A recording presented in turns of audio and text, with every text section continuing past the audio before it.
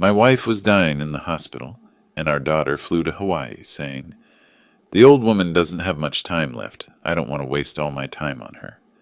She chose beaches and cocktails instead of a final farewell, betraying everything we had given her. But when she returned and walked into her room, she fainted from the shocking truth that would change her life forever. Before we continue, please subscribe to the channel and let us know where you're listening in the comments. My thumb hovered over her contact photo. Stella, smiling at some corporate event 3 years ago. The screen's glow lit up the dim living room like an accusation. I'd been sitting in my father's leather chair for 20 minutes, the cold coffee beside me growing a skin. Outside, March rain tapped against the windows. Inside, just the grandfather clock, marking time. Tick, tick, tick. The notebook lay open on my lap. Day 11. No visit from S. I wiped my palms on my pants. Took a breath, pressed dial. 7 rings. I counted everyone. "Dad?" Her voice came through with background noise, music, laughter. "What's up?" Not hello, not how are you? What's up? "Stella, I'm calling about your mother." "Yeah, I know. Listen, it's kinda loud here." "She's asking for you." "Every day." A burst of laughter behind her, someone's joke. She didn't move away from it. "Dad, I told you. Work is insane right now. Monday's presentation is, it's not about work." My knuckles whitened around the phone. "It's about your mother lying in a hospital bed." Don't start with the guilt trip. Guilt trip? I stood up. Couldn't sit anymore. 11 days, Stella. 11 days she's been there. I'm aware of the timeline, thanks. Are you? Because she keeps watching the door, thinking maybe today. That place is depressing. Her words slurred slightly. How many drinks? I can't handle hospitals. You know that. Your mother handled them just fine when you had pneumonia at 15. Silence. Then, that was different. How? I was a kid. I needed... She stopped herself. Needed what? Care, love, things she doesn't need now? I'm 38 years old, Dad. Stop trying to control every move I make. The music swelled behind her. Someone called her name. Trisha, maybe. Your mother is dying. I know that. Irritation sharp in her voice. You don't think I know that. Then act like it. You know what? I don't need this right now. I'm having one night, one single night, to relax, and you're calling me with... With what? The truth? Pa! The word cut through the noise, then dial tone. Call ended, 3:47. I stared at the phone. The screen went black. My reflection stared back, distorted in the dark glass. I threw it onto the couch. It landed on the floral cushion Minnie had embroidered 20 years ago. Yellow roses. She'd been so proud of those roses. 8 steps to the fireplace. The wooden floor creaked under my feet, that same board that had been loose since 1987. Minnie always said we should fix it. We never did. The mantel held our history in silver frames, chronological, left to right. Minnie's system. Stella at 5, gap-toothed and chocolate-covered. Stella at 8, sunflower costume for the school play. Stella at 15, hospital gown, pneumonia. Minnie asleep in the chair beside her bed at 3 in the morning. Stella at 23, college graduation, cap and gown, diploma raised high. Minnie crying, happy tears, mascara running. Stella's arms around us both, squeezing tight. I picked up that frame. The silver was cold. Fingerprints smudged the glass where Minnie had dusted it last month, back when she could still stand long enough to clean. The girl in the photo looked like she loved us. I studied her face. That smile. Those eyes. Where did she go? Slowly, I turned the frame face down on the mantel. My hand stayed there, pressing it flat against the wood. The clock chimed once. 8 o'clock. Rain turned to sleet, harder now, tapping like fingernails against the windows. My phone buzzed from the couch. I didn't move to check it. I picked up another frame instead. Stella at 5, that gap-toothed smile. The elevator lurched to the 4th floor. I'd counted each button lighting up. 1, 2, 3, 4. Same number of hours I'd slept last night. 4. The doors opened. Antiseptic smell hit me first, always did. Then the sounds, machines beeping, nurses talking in low voices, someone's television through a half-open door. The tulips felt heavy in my hand. $18 at the gift shop, yellow and pink. Minnie's favorites. Room 412. The door squeaked when I pushed it open. I forced my face into something that might pass for a smile before Minnie could see me. "Morning, honey." I crossed to her bedside, 6 steps from door to chair. I'd counted them so many times I didn't need to look anymore. Her forehead felt paper thin when I kissed it, too warm. "Dewey?" Her voice came soft, weak. "You're early?" Wanted to beat the traffic. I found the plastic vase on the windowsill, filled it at the bathroom sink. My hands shook, arranging the stems. I steadied them. She noticed everything. The chair scraped linoleum when I pulled it close. I took her hand. Wedding ring loose on her skeletal finger. "Is Stella coming today?" The question I'd been dreading since I woke up. She sent her love. Too bright. Too fast. "Big presentation Monday. Important client." Minnie studied my face. Those eyes still sharp, even in that wasted body. "Monday's 2 days away." "You know how she is. Perfectionist. Gets it from you." A pause. Minnie's breathing labored despite the oxygen cannula. She knew I was lying, but she let it go. "She works too hard." Relief mixed with shame in my chest. "Just like her mother." The machines beeped their steady rhythm. Heart monitor. IV pump. Outside the window, gray sky over the parking lot. Bare trees reaching up like bones. The purple shawl draped over her shoulders. The one Stella gave her 5 years ago. Minnie wore it every day now. 7 get-well cards lined the side table. None from Stella. "Tell me about yesterday." Minnie shifted slightly. "What did you do after you left?" "Read a bit. Had soup for dinner. Watched the news." "You need to eat better. Real food." "I'm fine, honey." "You're getting thin." Before I could answer, the door opened. Margaret came in with her clipboard, navy scrubs, that calm competence she always had. "Morning, Minnie. How's the pain today?" "Manageable." Margaret checked the monitors, made notes, adjusted Minnie's pillows with practiced efficiency. "That's good. Pain level 1 to 10? 4. Margaret glanced at me, then back to Minnie. Small talk about the weather, the hospital food, tomorrow's schedule. Then she caught my eye. Slight head tilt toward the door. "I need to stretch my legs." I squeezed Minnie's hand. "Be right back." Margaret led me into the corridor. 15 feet down, near the supply closet, she leaned against the wall, arms crossed. "Mr. Harvey." She spoke quietly. "Can I be frank?" My defenses went up automatically. "Of course. I've been a nurse 15 years. Seen a lot of families." "Margaret, your daughter hasn't called the nurse's station once." She held my gaze. "Not once in 2 weeks. Hasn't asked about medication, prognosis, visiting hours. Nothing. She's very busy. Director-level position. Lots of responsibility." "Mr. Harvey." Margaret's voice stayed gentle. "Responsibility starts at home. You don't understand the pressure she's under. I understand a mother who asks about her daughter every single day and a daughter who doesn't call." The words hung between us. I couldn't respond. Nothing I could say would make it less true. "I'm not judging." Margaret's expression softened.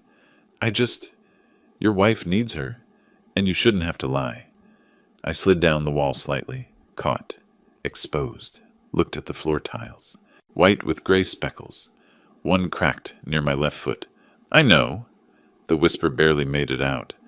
Margaret squeezed my shoulder once, then walked away. I stood there. Nurses passed. Visitors.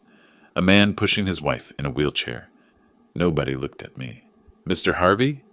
Dr. Patel approached, clipboard under arm, that exhausted walk that said 12-hour shift. I straightened, braced myself. "Do you have a moment?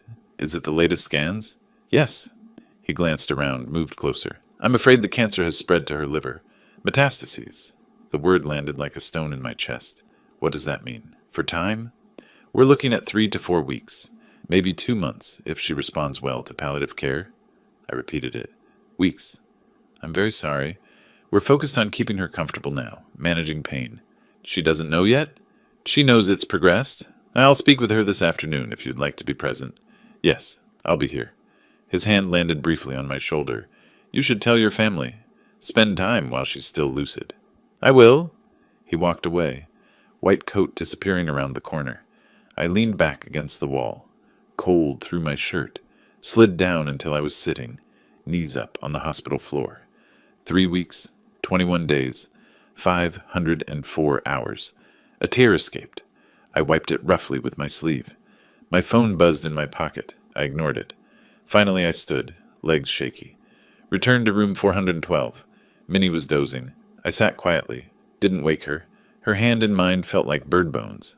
I watched her breathe. 18 breaths per minute, each one labored. Her eyes fluttered open.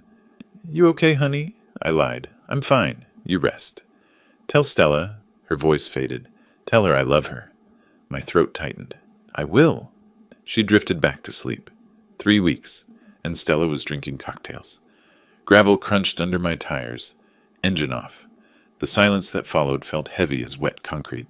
I sat there staring at my house. Porch light clicked on at 3:45, right on schedule. Timer Mini set 5 years ago. The keys felt cold when I finally pulled them out, metal biting my palm. Inside, the house swallowed me in silence. No radio playing NPR in the kitchen. No Minnie humming off key while she cooked.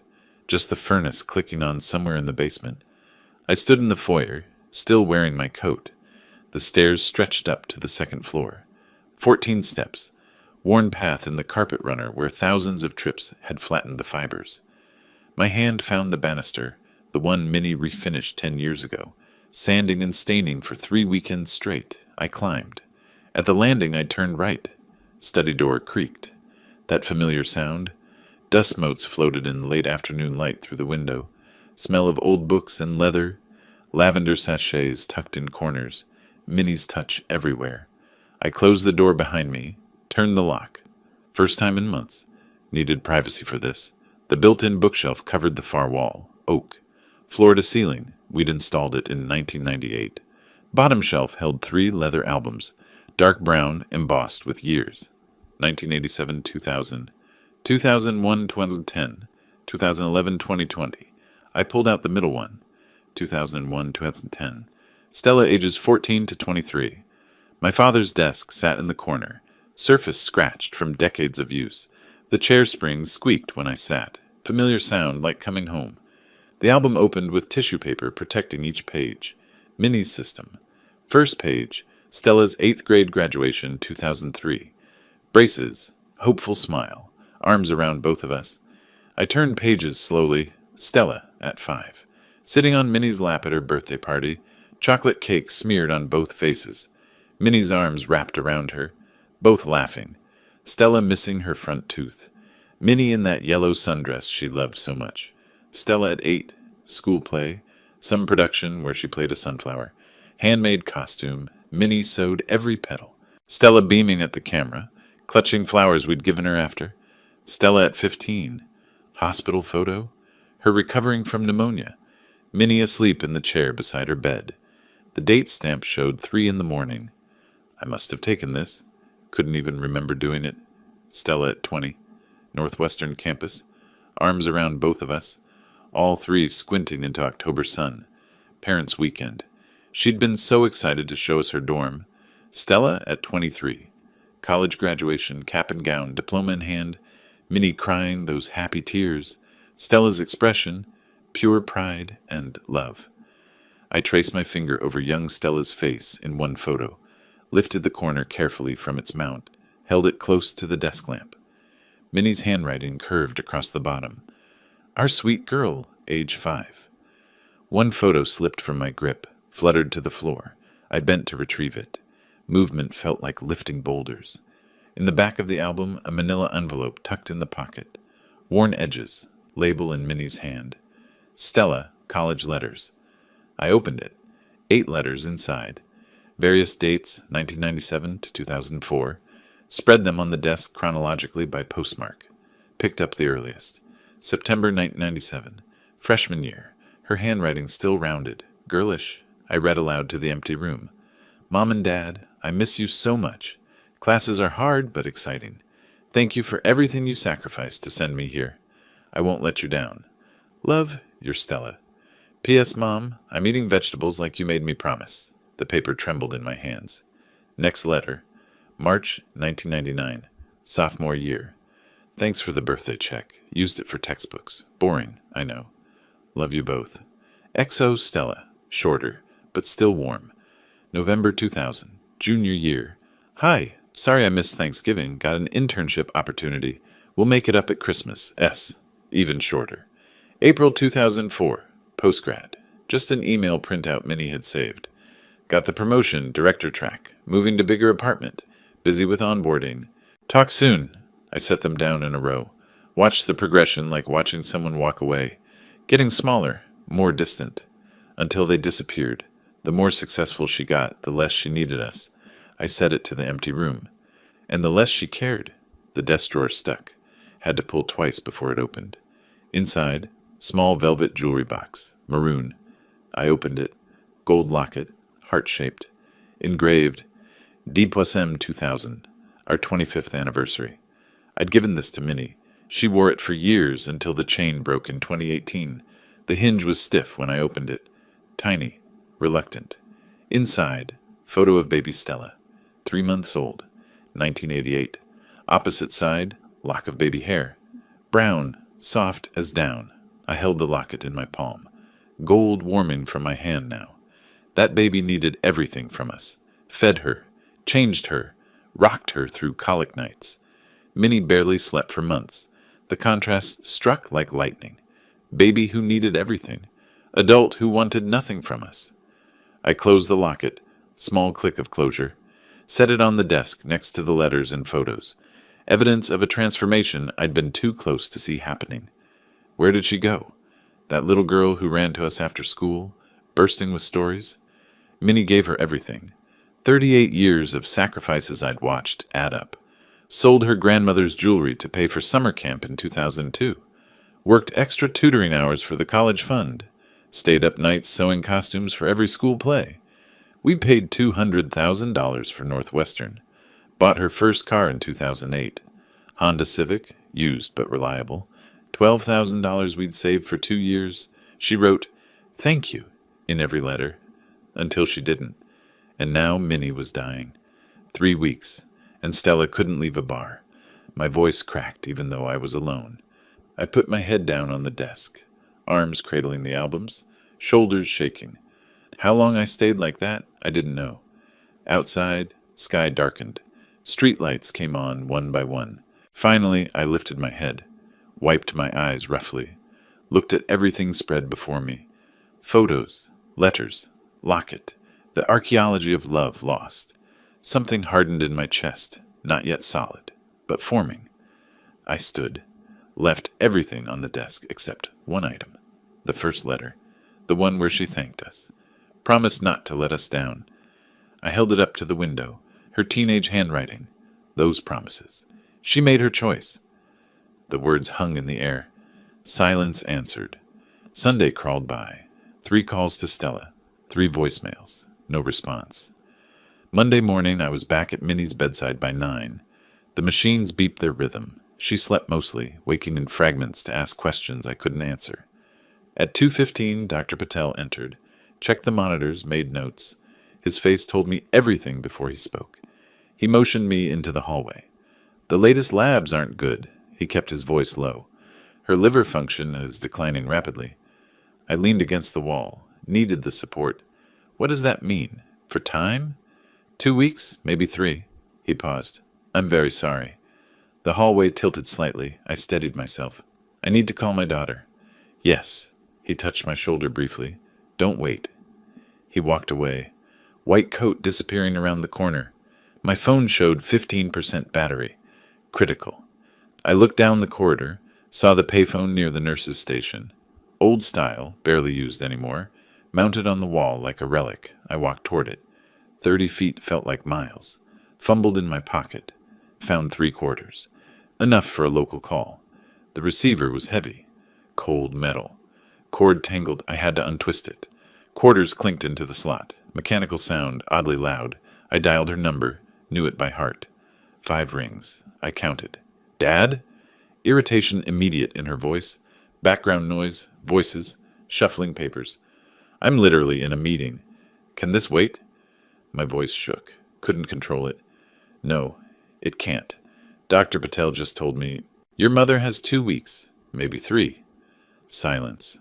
Then flat. Okay. Okay? Stella, did you hear me? Weeks. Dad, I hear you. But what do you want me to do? Quit my job? Cancel everything? I want you to come see her. Today. Tonight. Please. I have Hawaii on Wednesday. Her tone shifted, defensive. 2 weeks. I've been planning this for months. I didn't understand at first. What? Hawaii? Yes. Vacation. Maui. 2 weeks. I told you about this. You never... Stella, your mother is dying. Her voice went cold, calculated, each word precise. Dad, listen. The old woman doesn't have much time left. That's a fact. But I'm not going to waste my entire life sitting in that depressing hospital. I couldn't speak, couldn't breathe. She continued, I haven't had a vacation in 2 years. 2 years. I need this. For my mental health. Finally found my voice. A whisper. Old woman, you called your mother an old woman? I've been in therapy for 3 years learning to set boundaries, and I'm setting them. I'm not canceling my trip. When do you leave? Wednesday morning. I'll visit when I get back. If she's still... Look, I have to go. Client's waiting. Stella, we'll talk when I'm back. Bye. Click. Dial tone. I stood frozen. Receiver still at my ear. The buzzing monotonous. Endless. 30 seconds passed. Maybe more. I couldn't move. Mr. Harvey? Margaret's voice. Her hand touched my shoulder gently. I didn't respond. Couldn't. Mr. Harvey? Softer now. Slowly, I lowered the receiver. Missed the cradle. Had to try again. My hands weren't working right. Turned to face her. Whatever she saw in my expression made her step back. What happened? Is it Minnie? My voice came out empty, hollow. My daughter called her mother, the old woman. Margaret processed this. I'm sorry, what? She said the old woman doesn't have much time left, and she's going to Hawaii on Wednesday. Margaret's face shifted, shock, then anger. She's what? For 2 weeks, while her mother dies. I slid down the wall. Slow collapse, back against cold tile. Ended up sitting on the floor in the hospital corridor. Covered my face with both hands. Shoulders shook. Silent crying. I couldn't stop. Margaret knelt beside me. Kept respectful distance. Didn't touch. Other staff passed. Looked. Kept moving. Hospital sees grief daily. Margaret started. I don't know what to say. Threw my hands. There's nothing to say. You need to get up. Let me help you to the waiting room. Give me a minute. Take all the time you need. 5 minutes later, I stood. Margaret helped. I need air. Are you okay to drive? I didn't answer. Walked to the elevator. Alone inside, I watched the floor numbers light up. Descending. 4, 3, 2, 1. Ground. My reflection in the steel doors looked like a stranger. Main entrance doors opened automatically. March wind hit me. Cold. Sharp. I didn't feel it. Stood on the sidewalk outside. People coming and going. Visitors, patients, staff. Life continuing around me like water around a stone. Parking lot half full. Sky gray, threatening rain. Wind picked up newspapers, trash. Sent them skittering across asphalt. I checked my watch. 2:43. 23 minutes since Dr. Patel spoke to me. Everything changed in 23 minutes. Something hardened in my chest. Not grief anymore. Something colder. I looked up at the hospital windows. 4th floor. Minnie was up there dying. Stella was planning cocktails on a beach. This could not stand. I walked to my car, got in, sat in the driver's seat, didn't start the engine. Took out my phone. Battery at 9% now. Stared at the screen. Wednesday. She'd be gone. Wednesday. 2 weeks. I had 2 weeks. I sat in the dark kitchen for hours. Didn't turn on lights when I got home at 6:30. Didn't eat. Didn't move. Just sat there replaying her words. The old woman. At 9 p.m. I finally reached for my laptop. The house was dark, except for streetlight through the window. Kitchen table cluttered with mail. Empty coffee mug from this morning. Refrigerator hummed, only sound. My face lit blue when the laptop screen came on. I sat motionless for a long moment. Looked around the kitchen. Our kitchen. Minnie's domain. 40 years of meals cooked here. 40 years of family dinners. Birthday cakes. Morning coffee. The photo of Stella on the refrigerator caught my eye. Corporate party. Fake smile. Held by a magnet shaped like a strawberry. I stood. Chair scraped floor. 4 steps to the refrigerator. Removed the photo. The magnet clattered to the floor. I didn't pick it up. Opened the drawer beside the stove. Junk drawer full of batteries, rubber bands, twist ties, Placed the photo face down inside. Closed the drawer. Returned to the table. Sat. Opened the laptop. This wasn't revenge. This was consequences. Stella chose Hawaii over her dying mother. She chose. If money was her language, I'd speak that language. My fingers moved across the keyboard. 2-finger typing. Slow but determined. How to change will, Illinois. Illinois Legal Aid website. Information clear, straightforward. Disinherit adult child. Illinois law. Law firm article. Detailed, professional. Illinois inheritance requirements. 2-witness rule. Both witnesses must be present, cannot be family members. Can parents disinherit children, Illinois? Yes, with explicit language. Must state intentional disinheritance. Best estate attorney, Chicago. Samuel Green's firm appeared. Third result. I stopped, stared at the screen. Samuel Green. I already knew him. 25 years we'd known each other. Our wives were friends. He'd handled our first will back in 2000. I could call him tomorrow. I took notes on an old envelope. Pen scratching paper. Green, tomorrow, 9 a.m. 2 witnesses, not family. $620,000. Where? That last number stared back at me. Over $500,000. I opened our financial files. Spreadsheet Minnie had maintained for years. Everything organized, categorized, color-coded, so like her. Joint savings, $340,000. House value, $280,000, appraised 2 years ago. Life insurance, $15,000. Funeral costs. Total, $620,000. Stella expected all of it. Had probably calculated it herself. Planned her life around inheriting this. Her apartment, her lifestyle, her retirement plan. All dependent on money she didn't earn. Money she doesn't deserve. I wrote on the envelope, Educational Fund, Minnie's name. Sat back, looked at those words. Minnie was a teacher for 40 years, helped thousands of children, changed lives, made differences she never got to see fully. A fund in her name would help children who appreciate education, children who value what they're given, children unlike Stella. Perfect. I stood. Wooden floor creaked under my feet. Walked to the cabinet above the refrigerator. The hinge squeaked when I opened it. Jim Beam bottle inside. 2/3 full. Dusty. Last opened Christmas Day. I pulled it down. Got a short glass from the cupboard. Heavy. Solid. Poured 2 fingers. Amber liquid. Harsh smell. Carried it back to the table. Set it down. Didn't drink immediately. Just looked at it. At the laptop. At the envelope with my notes. This was it. The moment. The decision. Minnie would object. Would preach forgiveness until her last breath. Would say family heals, love conquers, second chances matter. I picked up the glass. Drank it in one swallow. Grimaced. I wasn't a drinker. The burn spread through my chest. But I felt something else. Resolve. Clarity. Certainty. Set the empty glass down. I took the envelope. Wrote a list. Tomorrow, Tuesday actions. 1. Call Samuel Green, 8 a.m. 2. Emergency appointment. 3. Bring financial documents. 4. New will executed same day. 5. Return to hospital. After. I went upstairs to the office. Brief trip. Returned with a folder. Bank statements, property deed, existing will. Spread everything on the table. The current will was dated 2020. Standard language. Everything to Stella upon our deaths. Simple, expected, normal. I took a photo of it with my phone. Evidence of what was before I changed what would be. Put all documents in a folder. Labeled it green with a marker. Checked the time. 11:15 p.m.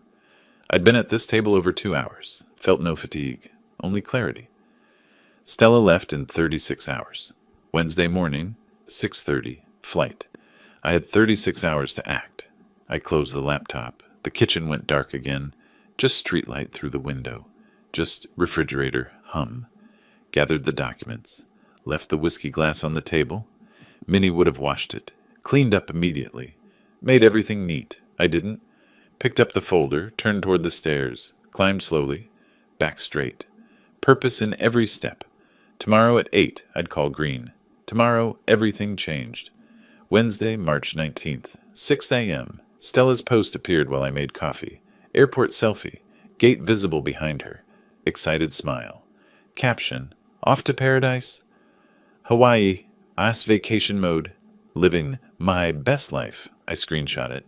Saved to folder on my computer labeled evidence. Drank the coffee cold.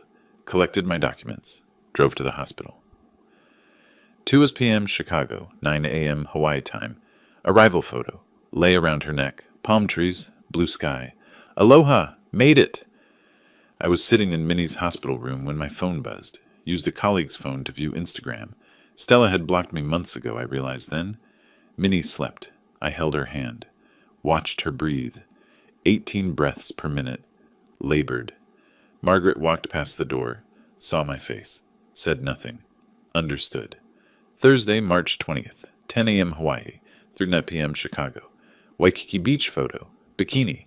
Cocktail with tiny umbrella. Living my best life. I printed it at home that evening. Added to the folder.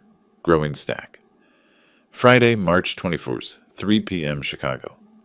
My phone rang while I sat reading to Minnie. Pride and Prejudice. Her favorite. Aunt Doris. Voice sharp with anger. Dewey, Janet showed me that internet thing, the Instagram. Stella's on a beach drinking cocktails? I opened my mouth. Nothing came out. Don't you dare defend her. I have eyes. Doris, she had this trip planned. Planned? Planned? You told her Minnie was dying. I did. And she went anyway. What kind of daughter? She couldn't finish. Too angry. I know. You know. Then why are you protecting her? The whole family is talking. She hung up. I stood in the corridor. Phone dead in my hand. First confrontation. First shame. Margaret watched from the nurse's station. Her expression said everything. Saturday, March 22nd. 11 a.m. Hawaii. 4 p.m. Chicago. Snorkeling photos. Underwater camera. Colorful fish. Sea turtle. Underwater world is magical. Sometimes you need to disconnect and just be. 4 p.m. Cousin Janet called. Softer than Doris, but firm. Uncle Dewey, people are asking questions. Why isn't Stella there? I attempted an excuse. It's complicated. It's not complicated, it's wrong. Everyone can see it. I know, Janet. I know. Aunt Minnie deserves better. Click. Sunday, Monday, March 23rd, 24. 2 days blurred together. I texted Stella twice. Mom very bad. Not eating. Doctor says organs failing. 3 hours later. Okay, just okay. Not how bad. Not should I come home. Second text. Monday. Please call hospital. Nurse Margaret can update you. 4 hours later. Okay. I screenshot both exchanges. Added to evidence folder. Minnie's condition. Sunday. Ate 3 spoons broth. Pulse 92. Difficult breathing. Monday. Refused food. Sleeping 18 hours. Oxygen increased. Tuesday, March 25th, 12 p.m. Chicago. Mrs. Olson stopped me at the mailbox. I saw your Stella's photos. She's on vacation? Not judgment in her voice. Pity. Worse than judgment. I nodded. Oh, Dewey. She touched my arm. Walked away. Pity felt like acid. 5 p.m. Chicago. 12 p.m. Hawaii time. Sunset cruise photo. Ocean. Pink sky. Wine glass. Grateful for this moment. Life is too short not to enjoy. Life is too short. I read those words sitting beside Minnie. Her life literally too short. Weeks. Days, maybe. The irony tasted like bile. Wednesday, Friday, March 26th, 28. The posts kept coming. 27 total over 2 weeks. Samples. Best Mai Tai ever. Pearl Harbor Memorial, so moving. Moving? You can't visit your dying mother? Dinner at Duke's. Fresh ahai. Sunrise yoga on the beach. Blessed. Helicopter tour. Incredible views. Sometimes you just need to prioritize yourself. Self-care. My routine became mechanical. Morning, check Instagram through borrowed account. Drive to hospital, 35 minutes. Sit with Minnie, 10 to 12 hours.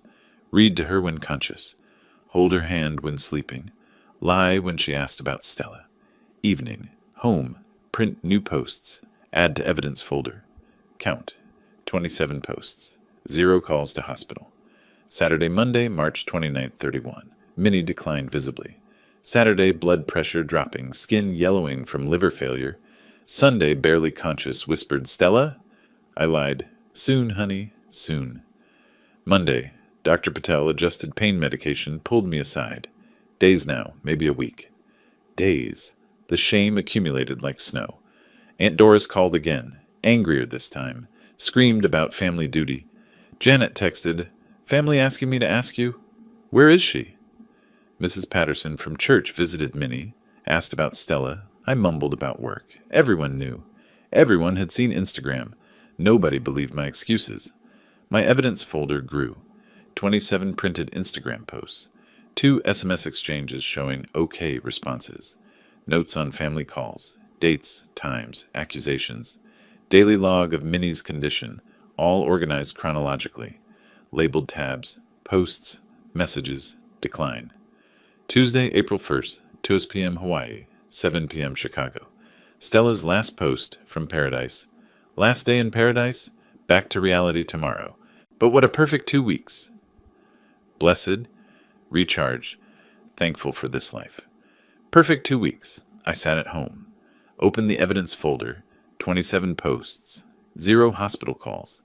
2 text messages. Okay and okay. Did the math. She lands Wednesday around 7:45 p.m. Chicago time. Drives home from O'Hare. Arrives around 9 p.m. Goes to her room. Finds what I've prepared. I closed the folder. Climbed the stairs to her old bedroom. Checked one more time. Everything in place. Came back down. Poured coffee. Sat at the kitchen table. Tomorrow she'd understand consequences. 27 posts. 0 calls. Perfect evidence. I smiled for the first time in 2 weeks. Cold smile. No joy in it. Just certainty. Everything was ready. 1 week earlier. Tuesday, March 25th. The elevator climbed to the 87th floor. I'd called Samuel the day after Stella left for Hawaii. "Emergency," I'd said. "Need to change my will. First available appointment. Today." The doors opened. Green and Associates reception. Plush carpet. Law firm photos on walls.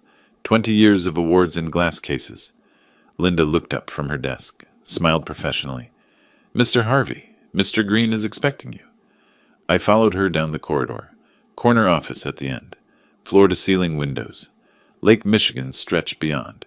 Gray-blue under morning sun. Samuel stood when I entered. Handshake firm, warm, concern in his eyes. "Dewey, it's been what? 2 years?" He gestured to the leather chair facing his desk. "You said emergency. Is Minnie—" I sat, placed the brown folder on his desk. "She has weeks, maybe days now. That's part of why I'm here." He settled into his chair. "I'm so sorry. What can I do? I need to change my will, completely." Samuel pulled a file from his drawer, opened it, our existing will dated 2020. "Your current will leaves everything to Stella. That's standard. Unless I want her to get nothing. 0. His pen stopped moving. He looked up. "Dewey, you understand that's permanent?" "I understand perfectly." "She's your only child? This is a serious decision." He leaned forward. "Can I ask why?" I opened the folder, slid the first printout across the mahogany desk. "Look at this." Instagram post. Airport selfie. Date stamp. March 19th, 6:17 a.m. Caption. "Off to paradise." Samuel read it. Looked at me confused. "My wife was dying. My daughter went to Hawaii." Maybe she didn't know how serious. I told her. My voice stayed level. "Begged her to visit. She called her mother the old woman. Said she doesn't have much time left, so why waste her vacation?" Silence. Samuel's face shifted. I slid more printouts across. 8 posts. Beaches, cocktails, sunsets, smiling selfies. Then the SMS screenshots. 2 messages from me. "Mom very bad. Organs failing." Both replies. "Okay, just okay." Samuel read everything. 30 seconds of silence. Removed his glasses. Pinched the bridge of his nose. 27 posts. His voice quiet. No calls to the hospital. Not one. "And Minnie?" "Asks for her every day. I lie. Say she's working. Minnie's too weak to argue." Samuel set the papers down carefully. "I watched Stella grow up. I was at her graduation." "So did I." I met his eyes. "I don't know this person." He nodded slowly. "What do you want to do?" "Educational fund. Minnie's name. For kids who deserve it." Samuel pulled his keyboard close. Started typing. "Illinois law allows complete disinheritance, if explicitly stated. Intentional disinheritance clause makes it challenge-proof. His fingers moved across keys. 2 non-family witnesses required. We can execute today. How long? An hour to draft, then signatures. He typed steadily. Occasional questions broke the silence. Total estate value. 620,000, house plus savings. Fund structure, scholarship basis. Annual scholarships. Chicago public school students. Low-income families. Want to be teachers? Samuel's typing paused. Like Minnie. Exactly like Minnie. 30 minutes passed. The only sounds, keyboard clicking, occasional questions, my short answers. Finally, Samuel hit print. Pages emerged from the laser printer. He reviewed them, reading sections aloud. I, Dewey Harvey, being of sound mind and body. I intentionally make no provision for my daughter, Stella Harvey. My entire estate to establish the Minnie Harvey Educational Fund. This disinheritance is intentional and deliberate, not due to oversight or omission. He looked up. This is ironclad. Once signed, binding. Good. Samuel pressed the intercom. Linda, could you and Ben come in? Need witnesses for a will execution. They entered within a minute. Professional demeanor. Sensed the occasion's weight without needing explanation. Samuel handed me a pen. Black ink, heavy in my hand. Once you sign, this is binding. Are you certain? I positioned the pen over the signature line. Never been more certain of anything. I signed. Firm signature. No hesitation. Linda witnessed. Signed below my name. Ben witnessed. Signed. Samuel notarized with his official seal. Pressed down hard. The embosser crunched paper. Done. He looked at me directly. Stella will receive nothing upon your and Minnie's deaths. I sat back. Felt something release in my chest. Not relief. Completion. One more thing. I leaned forward. I want Stella to know why. Executor letter. Standard explanation. Personal letter. From me. To be given when the will is read. I can arrange that. I dictated points. Samuel noted them on his pad. Your mother passed while you were on vacation. You called her the old woman. 27 posts. 0 calls to her hospital bedside. This is justice, not revenge. You didn't earn this inheritance through your actions. I'll draft the formal version. Seal it. Attached to will. Samuel placed everything in a manila envelope. Sealed it. Handed it to me. I took it. Heavy. Final. Stood. Shook his hand. Dewey. He held the handshake. I support this. For what it's worth. It's worth everything. I walked to the elevator. The folder under my arm, the sealed copy inside my jacket. Felt its weight against my chest. Pressed the down button. Didn't look back. The elevator doors closed, 87 floors down. With each floor, I felt lighter. The weight I'd carried was on paper now. The envelope sat in my desk drawer for 6 days. Every morning, I'd open the drawer, see it there, close it again. Monday, March 31st. Stella's last Instagram post appeared. Last day in paradise. My phone buzzed. Text from her. Dad, landing tomorrow 7:45 p.m. Coming straight home, exhausted. I studied the message. Matter of fact, no apology. No, how's mom? Just logistics. Typed reply, okay, I'll be home. Considered adding more. Deleted it, sent the short version. Opened the colleague's phone. Looked at Stella's final post again. Sunset photo, wine glass. Perfect 2 weeks. Comments underneath. So jealous. Come back refreshed. You deserve this. She had no idea. No clue what waited in her old room. I'd make sure of it. Evening came. 6 o'clock. Time for hospital visit. Drove the familiar route. 35 minutes. Parked. 4th floor. Room 412. Minnie slept when I arrived. Oxygen mask over her face now. Upgraded from the cannula. Breathing shallow. Heart monitor beeping slowly. Her skin had yellowed. Liver failing. Dr. Patel had warned me Friday. I sat beside her bed. Took her hand. So thin. Cold despite the heated blankets. Waited 10 minutes. Just holding her hand. She stirred. Eyes fluttered open. Saw me. Tried to smile. Couldn't speak through the mask. I lifted it gently. Just for a moment. Dewey. Whisper. Barely audible. I'm here, honey. I'm always here. Stella? The same question. Every day. Always the same question. Pause. She's coming home tomorrow.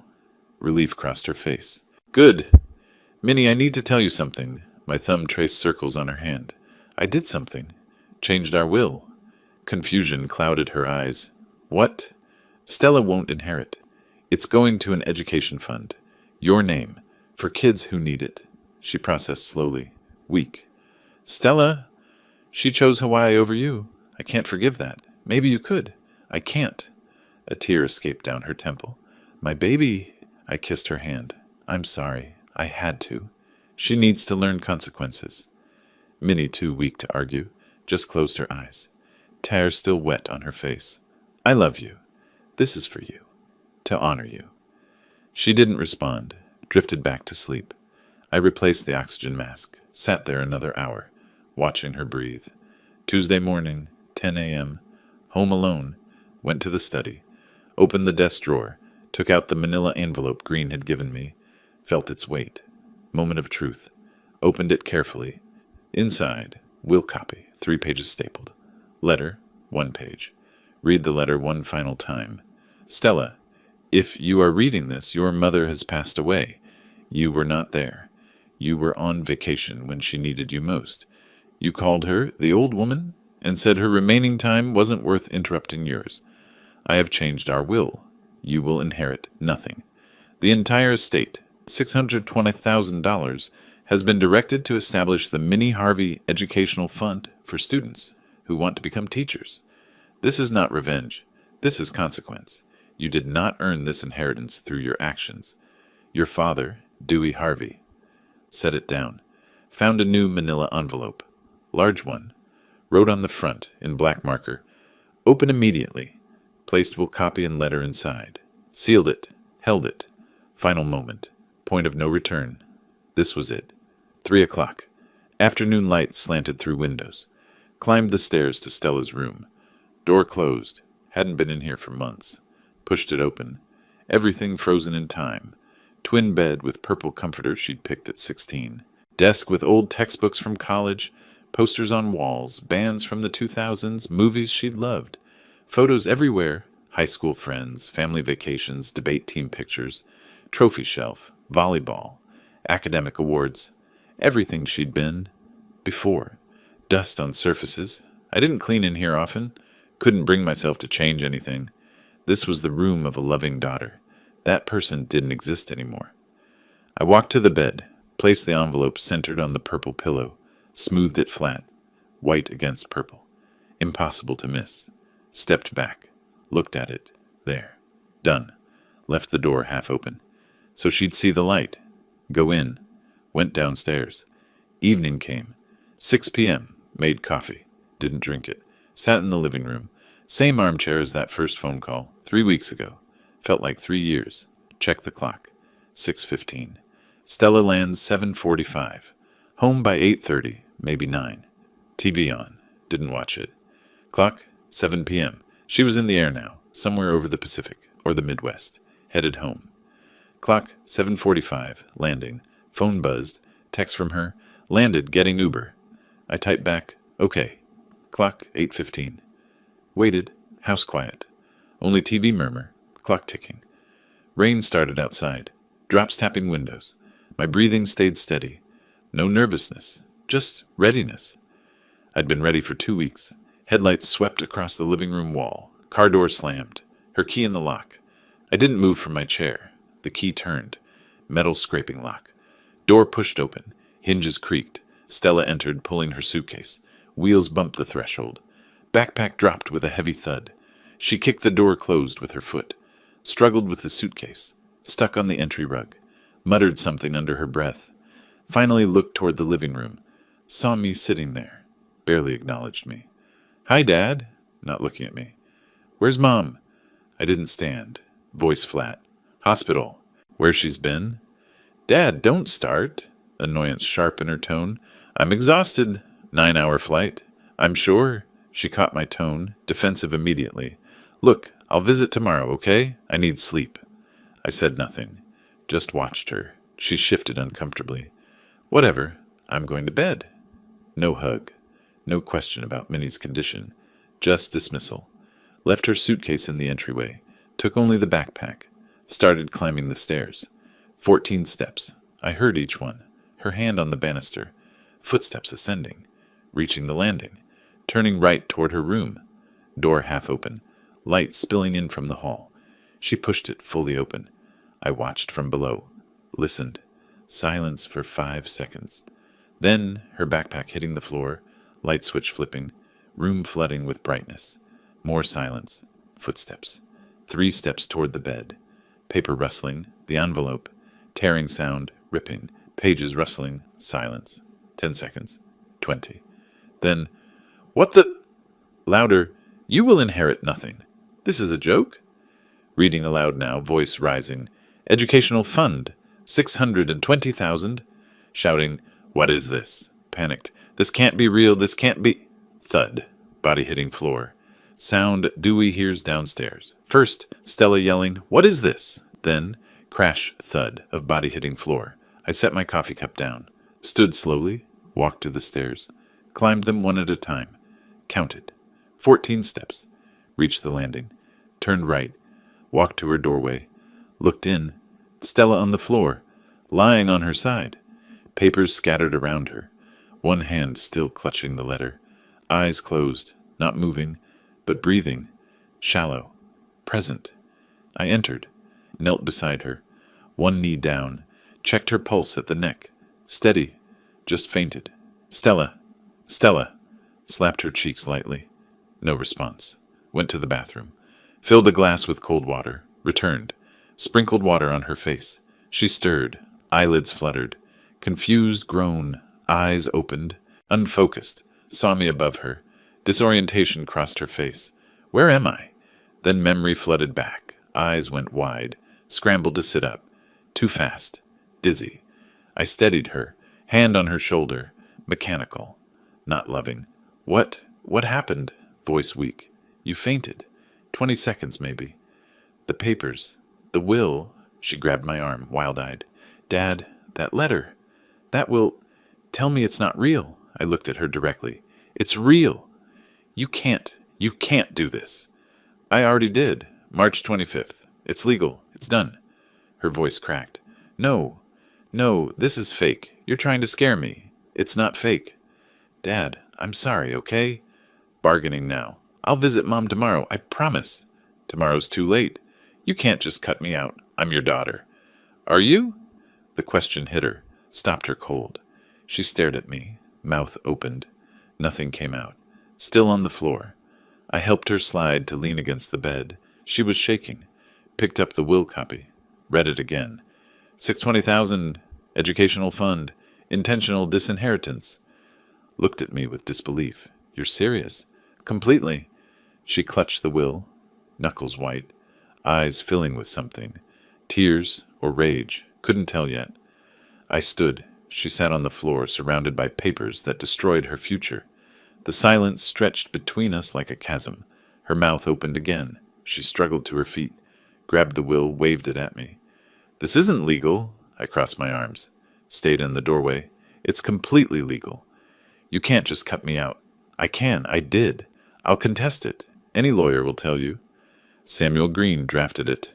Best estate attorney in Chicago. Airtight. She shifted tactics. You're doing this to punish me. I'm doing this because you earned it. I've been busy. You don't understand my life. My voice stayed level. I understand perfectly. I'm your daughter. Desperation crept in. That has to mean something. You were my daughter. Past tense. The words hit her like a slap. How can you say that? How could you call your mother the old woman? She froze. I didn't mean it like that. You're twisting my words. March 17th, 2:23 p.m. I recited it precisely. You said, the old woman doesn't have much time left. I'm not wasting mine sitting in a hospital. Quote, I was stressed. Work pressure. You don't know what it's like. You were at a business meeting, then went to Hawaii for 2 weeks. I needed that vacation. Mental health. My therapist said... I cut her off with a hand gesture. Stop. She changed tactics again. Attacked. You're not perfect either. You worked all the time when I was growing up. I worked overtime to pay your $200,000 Northwestern tuition. You chose that. I chose to give you opportunities. My voice hardened. You chose cocktails over your dying mother. Direct hit. She staggered like I'd struck her. Paced the room. Pulled at her hair. Picked up papers. Threw them down. Then sudden shift. Dropped to her knees. Theatrical. Grabbed my pant leg. Daddy, please. I'm sorry. I was wrong. I looked down at her. Unmoved. She tried to kiss my hand. I pulled away. I'll change. I'll visit Mom every day. Too late for that. I'll go to the hospital right now. And say what? Whatever you want. I'll apologize. Tears flowing now. Real ones this time. I'll make it right. Just undo the will. You're not sorry you hurt her, I stated fact. You're sorry you lost money. That's not true. Every word you say proves I made the right choice. I'll take care of you both, I promise. If you loved us, you'd have been there. You weren't. She collapsed. Not fainting this time? Just defeated? Sat on the floor, papers scattered around her. What do I do? Tell me what to do. Nothing. It's done. I turned, walked to the door.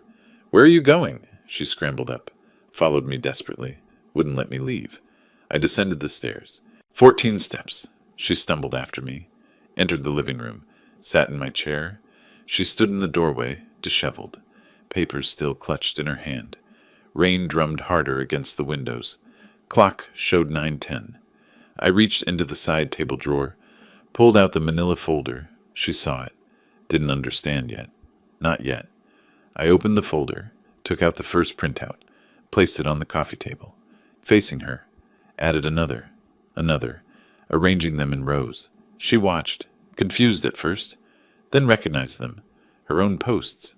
Color drained from her face. March 19th, 6 a.m. O'Hare Airport. I pointed to the first one. Off to paradise. Silence.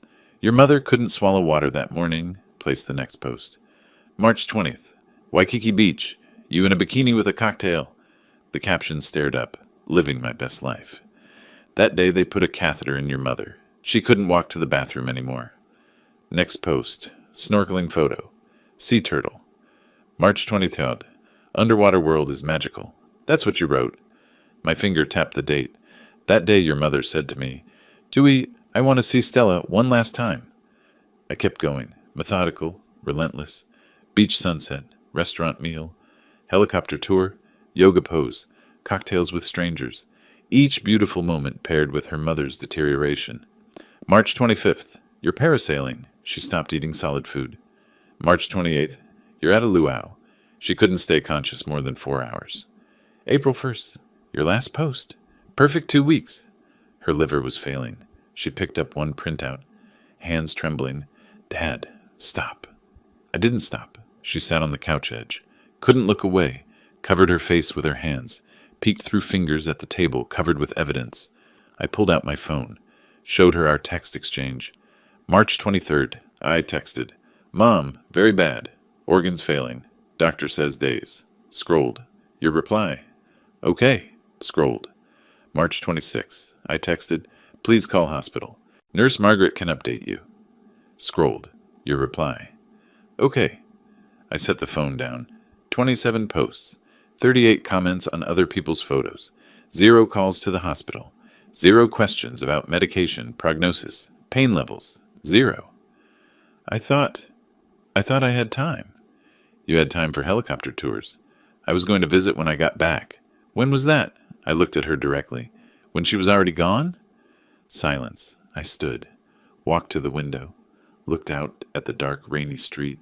10 seconds of silence. She watched my back. I spoke without turning. Your mother died today.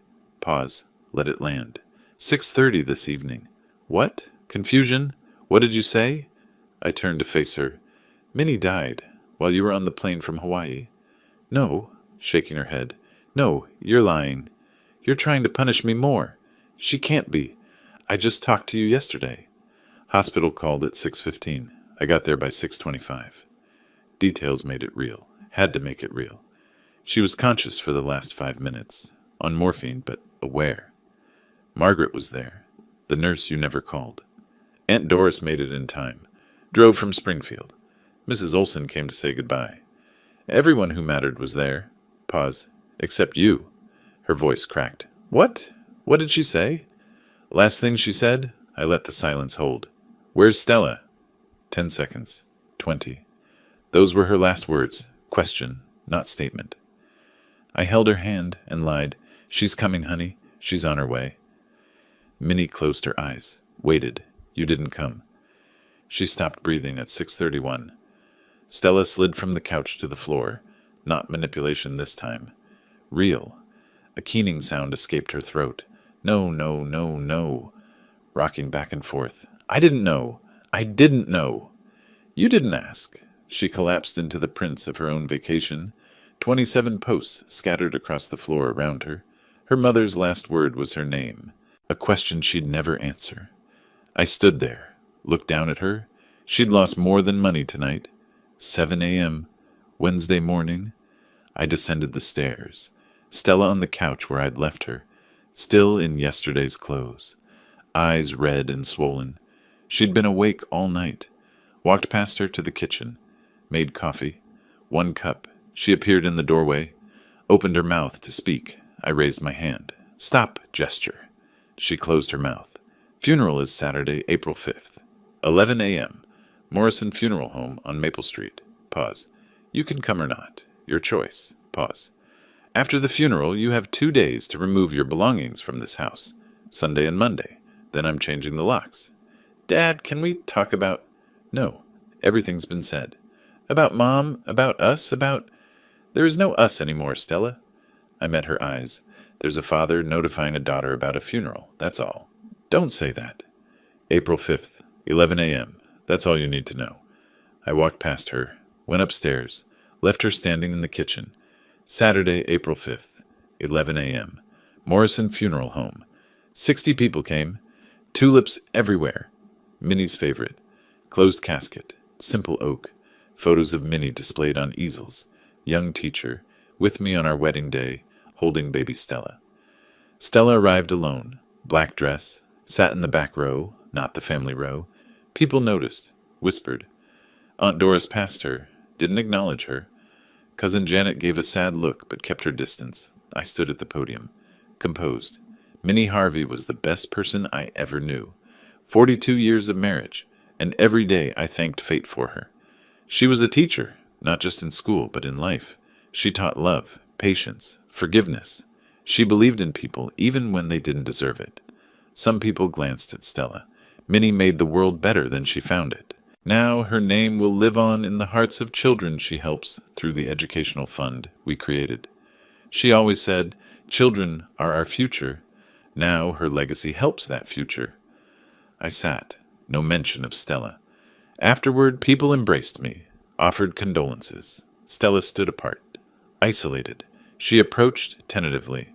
I accepted her hug. Brief, mechanical. No warmth. Said nothing to her. Turned to speak with others. She was excluded from every conversation. At the cemetery, she stayed at a distance during the graveside service. Didn't approach the grave until everyone left. I watched her from my car, then drove away. Sunday afternoon, April 6th. Stella in her old room. Packing. I stood in the doorway, arms crossed, watching. Didn't help. Didn't speak unless spoken to. You have until Monday, 6 p.m. Monday, 5:30. She carried her last 2 suitcases downstairs, stopped at the door. Turned to me. Dad, I know you're angry, but I'm still your daughter. That has to mean something. You were my daughter. Past tense. People make mistakes. Mistake is forgetting a birthday, missing a meeting. I kept my voice level. What you did wasn't a mistake. It was a choice. I chose wrong. I know that now. You chose cocktails over your mother. Live with that choice. Last attempt. I'll contest the will in court. Cold smile. Try it. Samuel Green drafted it. I have evidence. Your posts. SMS. Witness statements from nurses. Family. Court will see exactly who you are. But if you want public humiliation, go ahead. Defeated. I regret everything. I regret what you became. Goodbye, Stella. She opened the door, paused, hoping for something. I said nothing. She left. I closed the door behind her, locked it, heard her car start, drive away. Friday, April 11th, 1 week later, checking the mail, found envelope from Green & Associates, opened it in the garden. Read, Dear Dewey, pleased to inform you, Minnie Harvey Educational Fund officially registered with State of Illinois. Tax exempt status approved. Fund value $620,000. First scholarships awarded September 2025. 15 recipients, $5,000 each. Annual renewable. First recipient, pending. Maria Gonzalez, 15, daughter of cleaning service worker, dreams of becoming English teacher. 4.0 GPA, volunteer tutor. Exactly who Minnie would have chosen. Your wife's legacy begins. Samuel. I sat on the bench, where Minnie and I had coffee every morning for 40 years. Spring sunshine, birds singing, April warmth. Took her photo from my wallet. 40 years old. Before Stella, before cancer. Just us. Looked at it.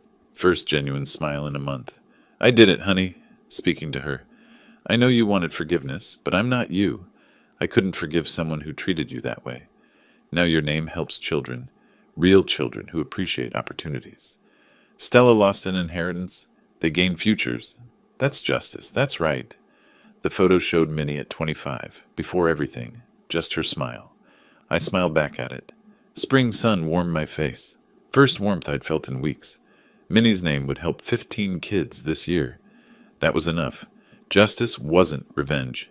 It was consequences, and consequences had arrived. If you like this story, please like this video, subscribe to the channel, and share your impressions of this story in the comments. To listen to the next story, click on the box on the left. Thank you for watching.